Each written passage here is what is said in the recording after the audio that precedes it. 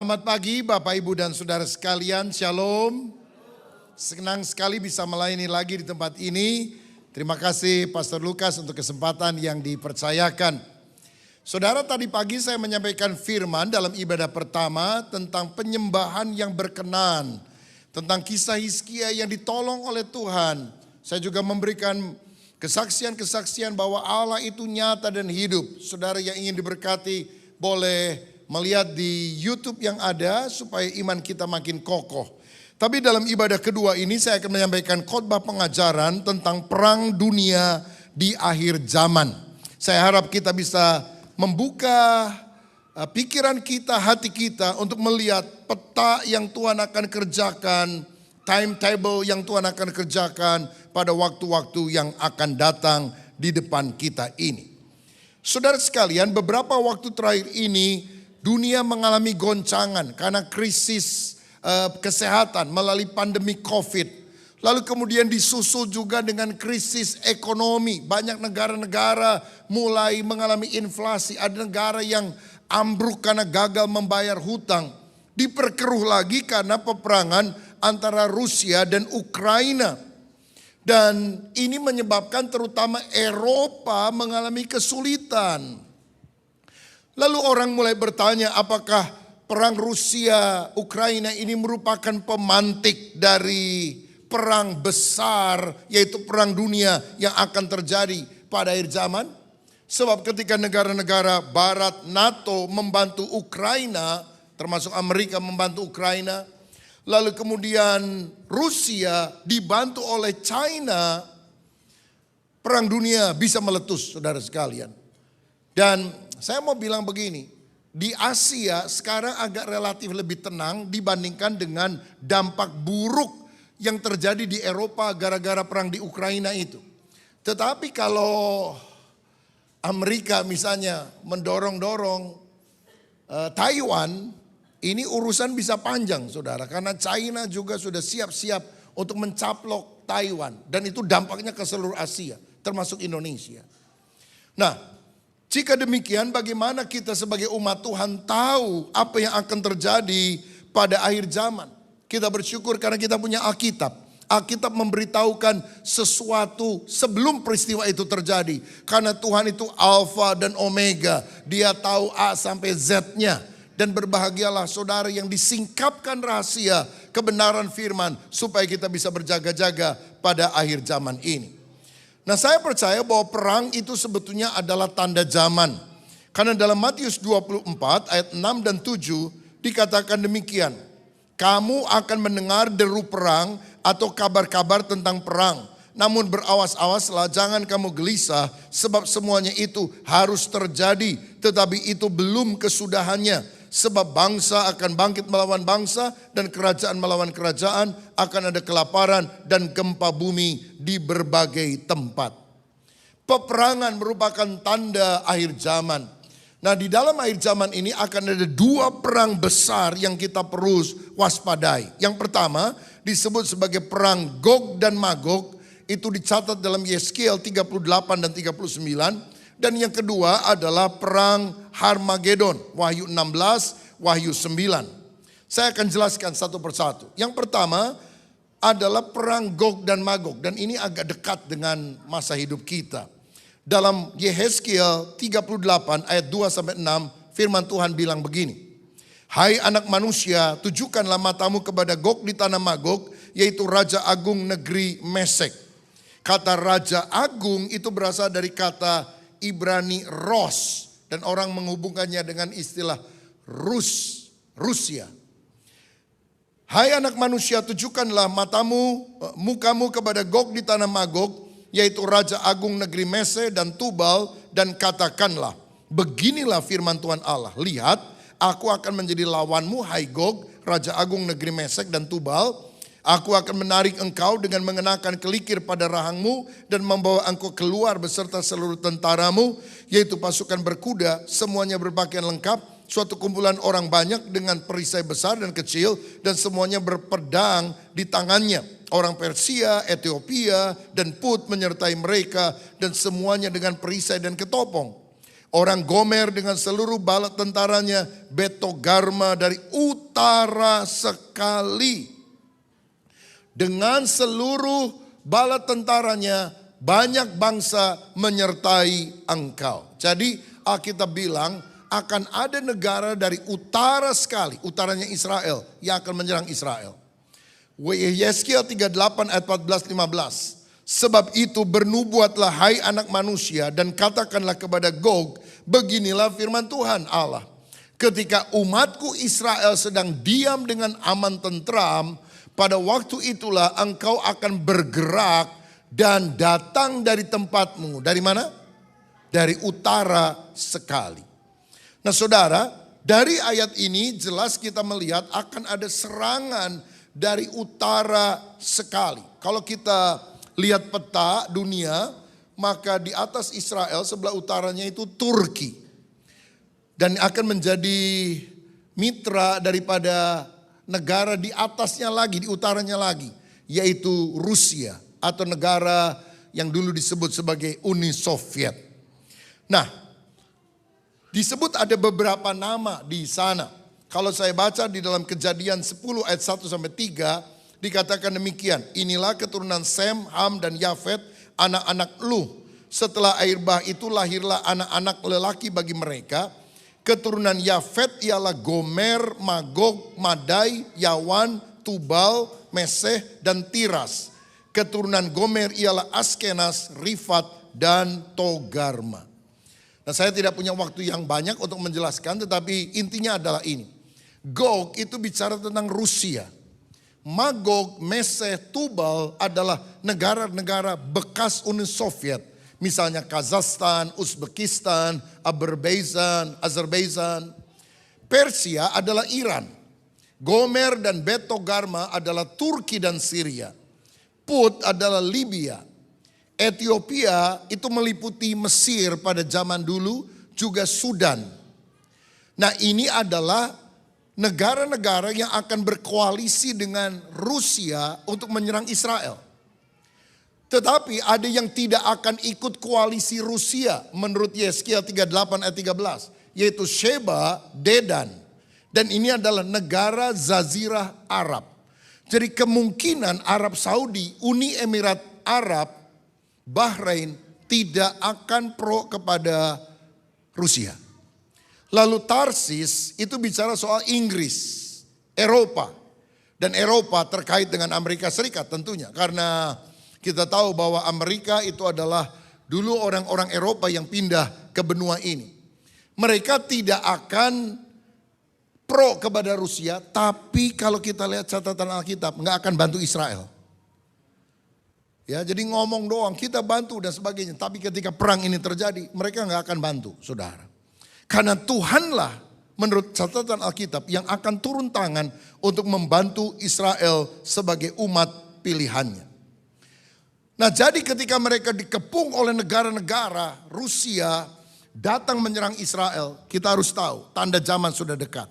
Jadi kalau saudara tanya sama saya, apakah perang Rusia dan Ukraina itu tanda Tuhan Yesus akan segera datang? Karena itu adalah menuju perang dunia kedua, perang dunia ketiga. Saya bilang mungkin bisa menjadi tanda awal, tapi belum tanda yang paling jelas. Karena begini, selama Israel belum diutik-utik, belum dilibatkan, maka peta zaman tentang perang Gog dan Magog itu belum jalan. Tapi saudara lihat, sudah beberapa kali Putin ngomong soal Israel dan sebagainya. Sudah mulai diusik-usik saudara-saudara. Tapi Israel masih menahan diri sampai hari ini. Kalau Israel sudah diserang, Gog dan Magog terjadi. Itu bisa terjadi dalam waktu yang singkat yang kita tidak pernah tahu. Atau juga bisa waktu yang lebih panjang, tergantung kemurahan hati daripada Tuhan. Nah apa yang akan terjadi kalau Rusia menyerang Israel? Yang pertama saya lihat Tuhan akan menghukum Gog.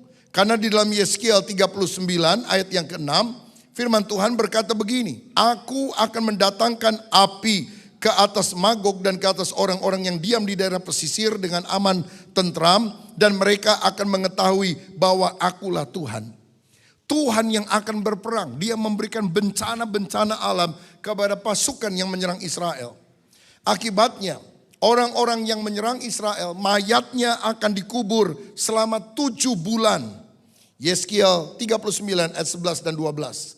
Maka pada hari itu aku akan memberikan kepada Gog suatu tempat di mana dia akan dikubur di Israel, yaitu lembah penyeberangan di sebelah timur dari laut. Dan kuburan itu akan menghalangi orang-orang yang menyeberang. Di sana Gog akan dikuburkan dengan semua halayak ramai yang mengikutinya, dan tempat itu akan disebut lembah halayak ramai Gog. Ayat 12. Kaum Israel akan mengubur mereka selama berapa lama? 7 bulan dengan maksud mentahirkan tanah itu. Bukan gara-gara Amerika tolong Israel loh saudara. Ya sekarang aja saya bantu. Ya, nyatanya sih ya bantu uang mungkin, bantu senjata iya.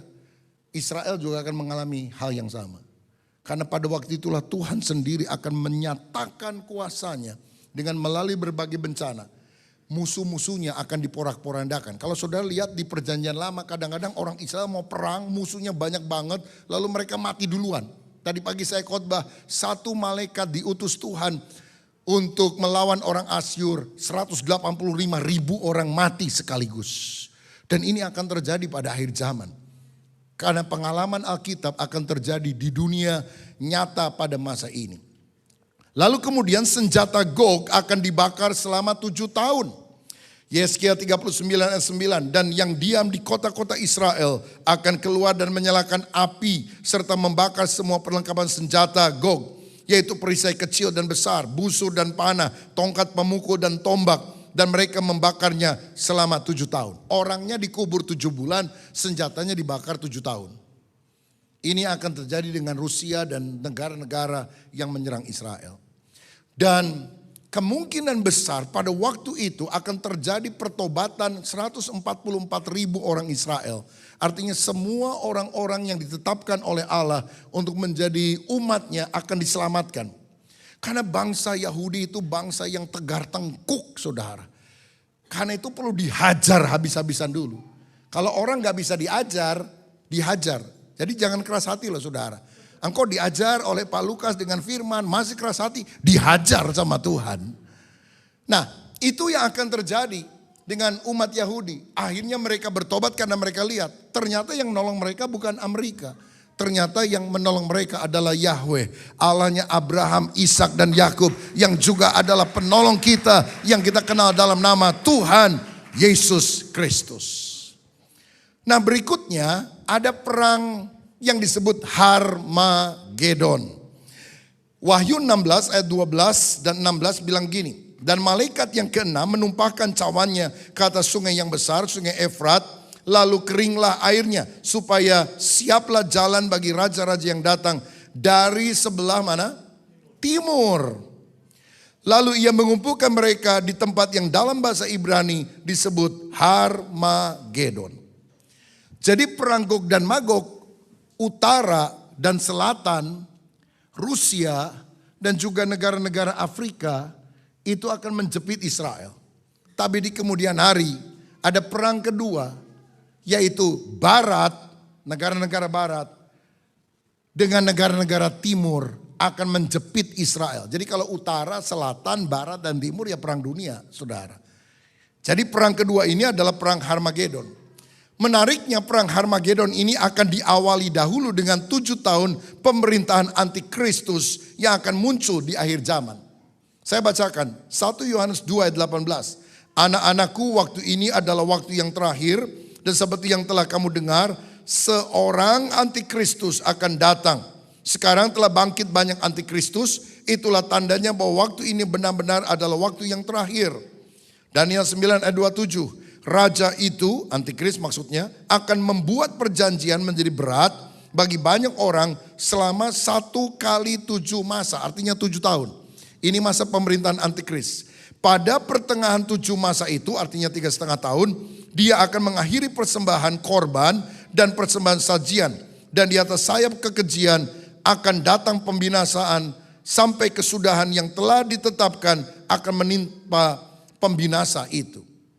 Jadi sebelum perang Harmagedon akan terjadi satu pemerintahan selama 7 tahun. Kita nggak tahu namanya siapa. tapi Alkitab menjulukinya sebagai antikristus. Dan antikristus ini akan membuat perjanjian damai dengan Israel, supaya Israel bisa membangun kembali bait Allah.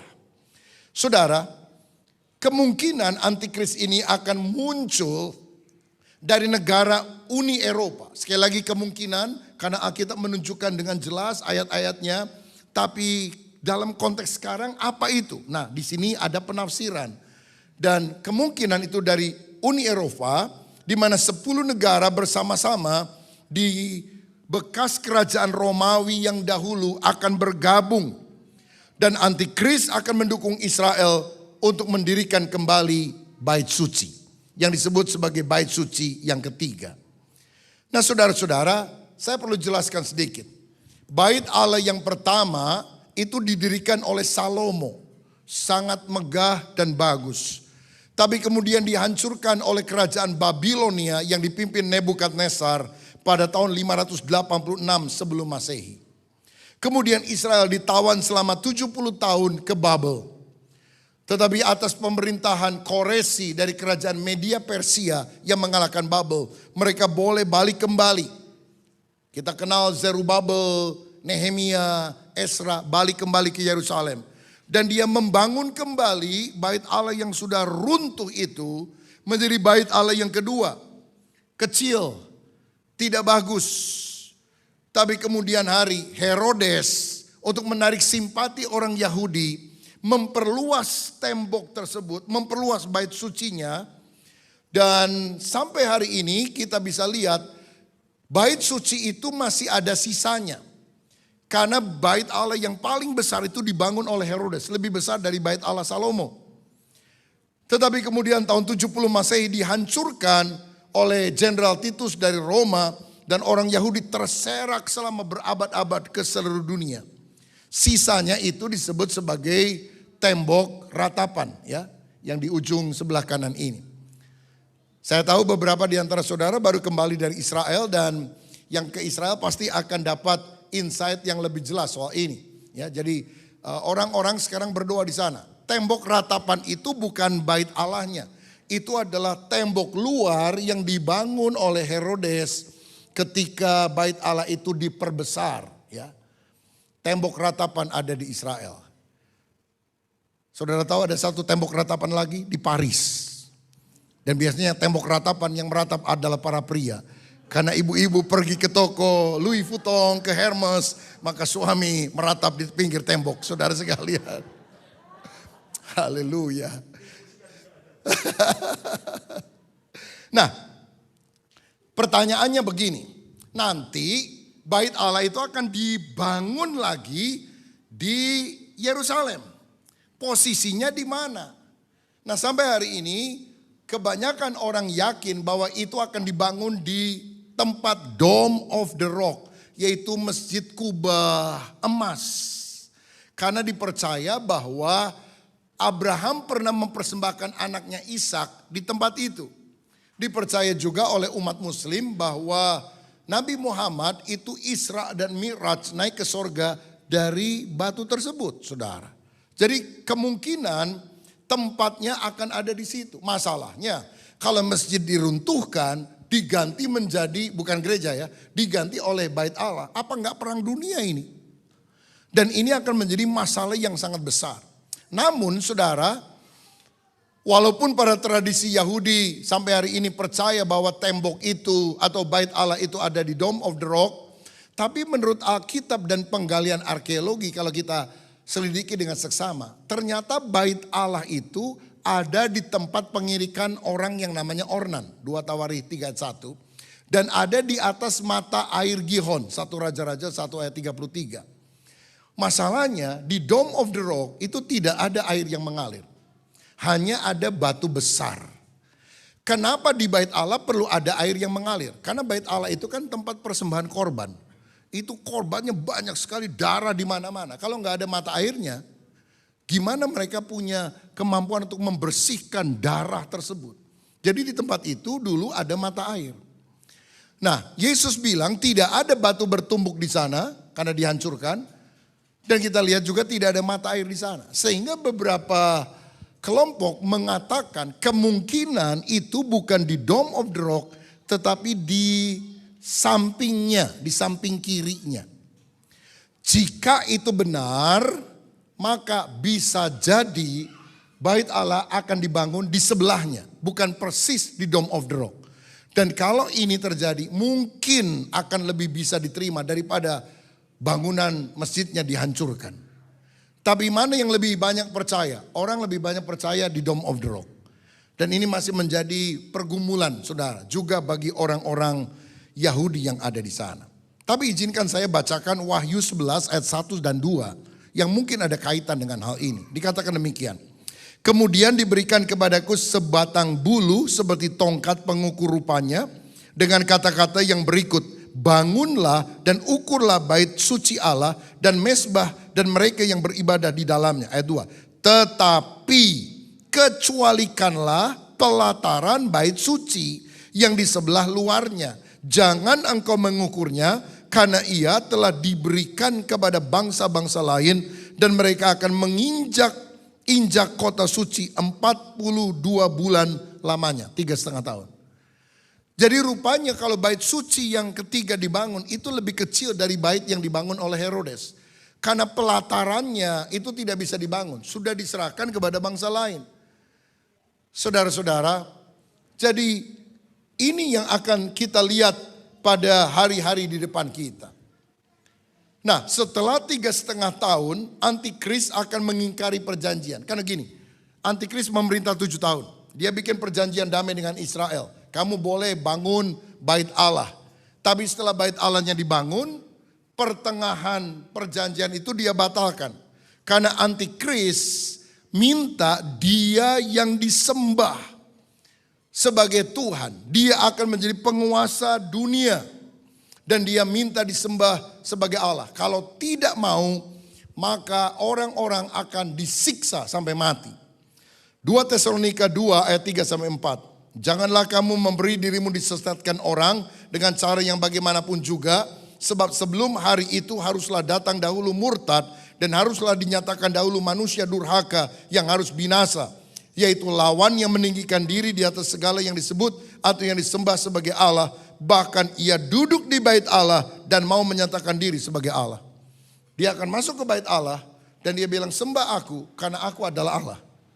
Dan tentu orang Yahudi tidak mau menyembah Antikris dan mereka akan dibantai. Nah, pada waktu itulah Israel akan diserang oleh bangsa dari timur. Jumlahnya 200 juta orang. Karena dalam Wahyu 9 ayat 15 dan 16 dikatakan, maka dilepaskannyalah keempat malaikat yang disiapkan bagi jam dan hari dan bulan dan tahun untuk membunuh sepertiga dari umat manusia. Dan jumlah tentara itu ialah 20.000 laksa pasukan berkuda. Aku mendengar jumlah mereka. Jadi berapa jumlah orang yang datang dari timur untuk menyerang Israel? 200 juta. Saya percaya China akan datang. Karena konflik persaingan Amerika, China sekarang juga makin hari makin meningkat, saudara. Dan China tidak akan pernah mau dikuasai oleh Amerika atau negara barat. Dan akan konflik itu terjadi. Pusatnya adalah Yerusalem. 200 juta orang akan datang. Kalau Cina nggak ikut perang, nggak mungkin bisa 200 juta. Negara mana yang bisa kirim 200 juta, saudara, kalau Cina nggak ikut serta? China, India kemungkinan akan berkoalisi. Kim Jong-un kelihatannya akan di sana, saudara-saudara. Ya posisinya. Jepang barangkali, Korea Selatan atau apa. Kita nggak tahu siapa komposisinya. Tapi negara-negara timur 200 juta akan menyerang Israel. Posisi Indonesia di mana? Tidak jelas. Kenapa? Dari dulu Indonesia non-blok, saudara-saudara. Ya. Bukan pro barat, bukan pro timur. Jadi negara bukan-bukan, begitu ya. Bukan barat, bukan timur, saudara sekalian. Jadi kita nggak tahu, jadi kita berdoa sajalah, saudara. Tapi ini petanya yang kita harus tahu.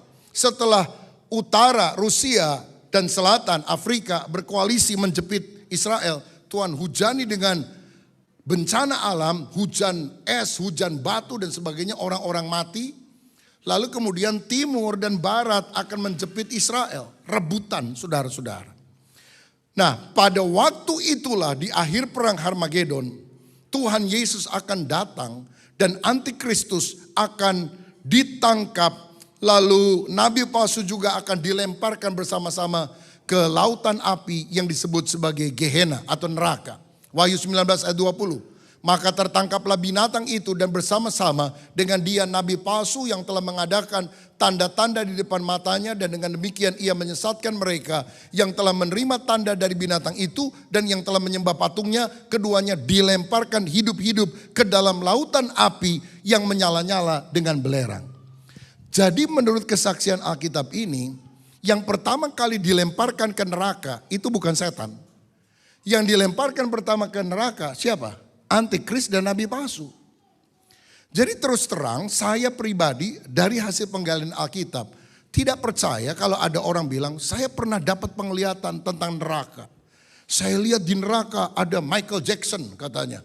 Ada siapa? Ada Paus bahkan berani ngomong gitu. Karena menurut kesaksian Alkitab yang pertama dimasukkan ke neraka adalah antikris dan nabi palsu. Setannya masih di mana? Ditangkap, dimasukkan dalam jurang maut, nanti akan dilepaskan sebentar. Iman kita harus berdasarkan firman, bukan berdasarkan penglihatan orang, saudara. Karena penglihatan bisa salah, tapi Alkitab tetap benar. Kenapa kok antikris disuruh masuk dulu neraka, baru kemudian bosnya, iblis, Lucifer dan sebagainya, belakangan masuk. Ya ini kan kacungnya, anak buahnya antikris itu saudara, kacungnya setan. Mungkin kacung beresin dulu lah nerakanya, begitu nanti bosnya baru datang, kira-kira seperti itu. Dan saya mau bilang, penguasa neraka itu bukan setan. Siapa yang bikin neraka? Tuhan. Neraka diciptakan untuk apa? Menghukum setan. Neraka tidak diciptakan untuk menghukum manusia sebetulnya. Karena manusia ditetapkan oleh Allah untuk masuk ke dalam kerajaan sorga. Tapi kalau manusia dengan kehendak bebasnya melawan Tuhan terus, dan bilang biarin sedeh, saya masuk neraka aja. Lumayan banyak bintang filmnya. Saudara dengan kehendak bebas akan masuk ke dalam neraka. Dan siapa yang akan menyiksa orang-orang yang masuk neraka? Bukan setan. Banyak gambaran pikir begini, setan akan duduk di singgasananya, lalu dia tusuk orang, bikin sate dan sebagainya. Enggak saudara. Di neraka yang paling berat hukumannya adalah Lucifer.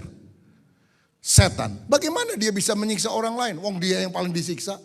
Itu gambaran yang paling alkitabiah. Karena mereka akan disiksa oleh nyala api dan penguasa sorga. Termasuk penguasa neraka, penciptanya adalah Tuhan. Tuhan akan memberikan pahala kepada orang yang takut akan dia. Tapi akan menghukum mereka yang mengikuti jalan hidup daripada si iblis. Jangan sampai masuk neraka. Kita percaya Yesus, Tuhan menyediakan sorga bagi setiap orang yang percaya kepadanya. Boleh katakan, boleh juga ketik bagi saudara yang online, saya mau masuk sorga. 2, 3, saya mau masuk sorga. Saudara mau masuk sorga? Haleluya, ketik ya, saya mau masuk sorga. Caranya gimana? Percaya kepada Yesus, maka engkau akan selamat, engkau dan seisi keluargamu.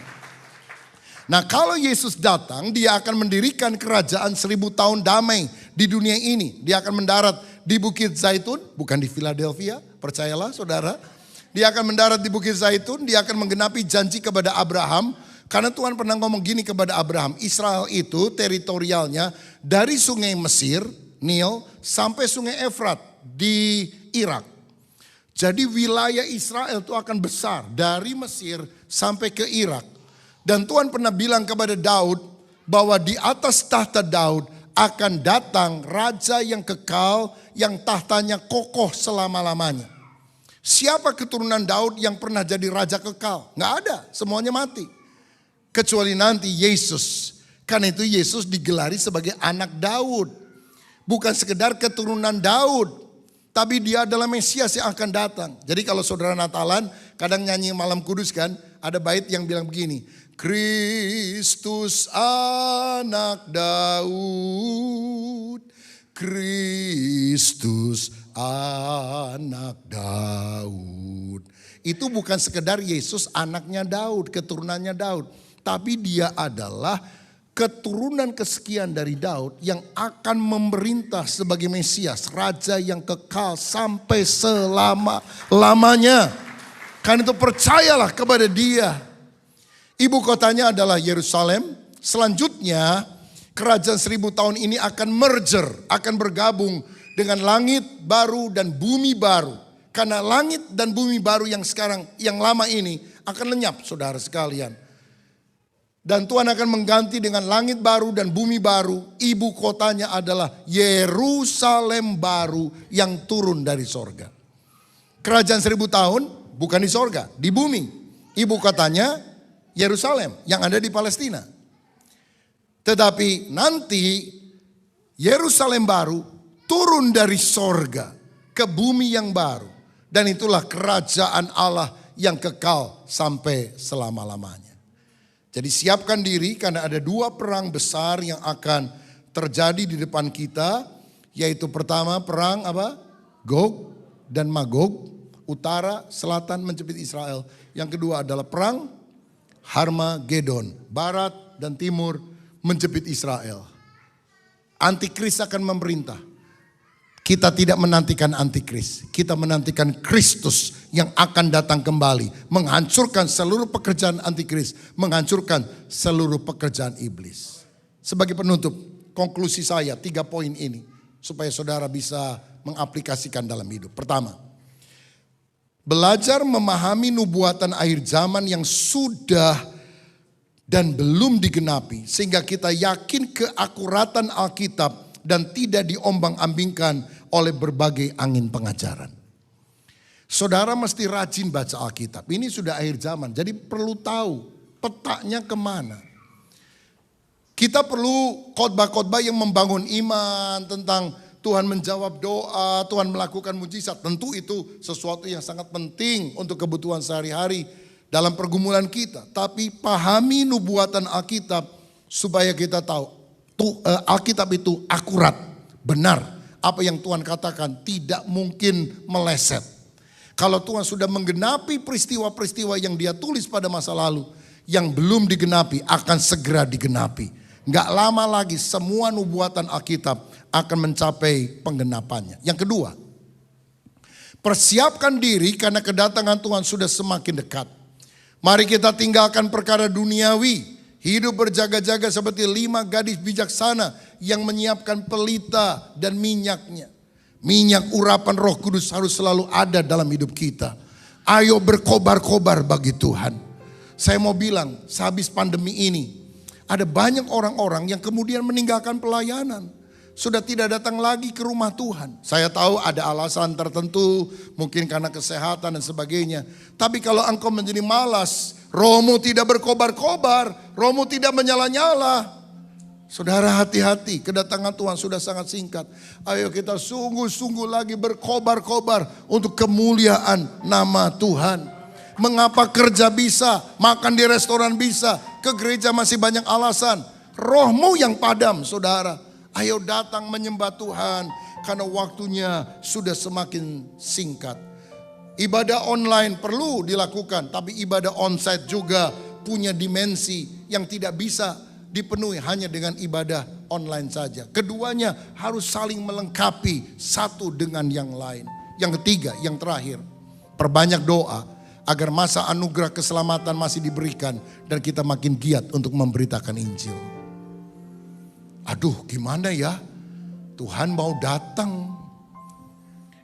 Ini izin tinggal saya di Amerika Serikat belum keluar ini. Duit belum banyak, rumah belum ada, anak belum kawin. Saudara, Tuhan gak nunggu anak saudara kawin dulu baru dia datang. Karena agendanya tidak ditentukan oleh rencana kita, tapi rencana dia. Jadi kita bekerja harus dengan rajin, punya visi ke depan dan sebagainya. Tapi hati harus selalu berjaga. Karena Tuhan bisa datang kapan saja. Yang penting kita siap sedia dan berdoa. Saya suka doa gini, Tuhan kalau boleh berikan anugerah-Mu. Sehingga kami masih punya masa untuk memberitakan Injil. Supaya orang-orang yang belum percaya diselamatkan. Doanya jangan gini, Tuhan tolong berikan masa anugerah agar aku bisa kawin lagi. Wah, enggak boleh saudara sekalian. Agar aku punya uang yang lebih banyak. Bukan itu tujuannya. Agar aku bisa memenangkan lebih banyak jiwa untuk kemuliaan nama Tuhan. Sehingga masa yang sisa kita gunakan hanya untuk kemuliaan nama Tuhan Yesus Kristus.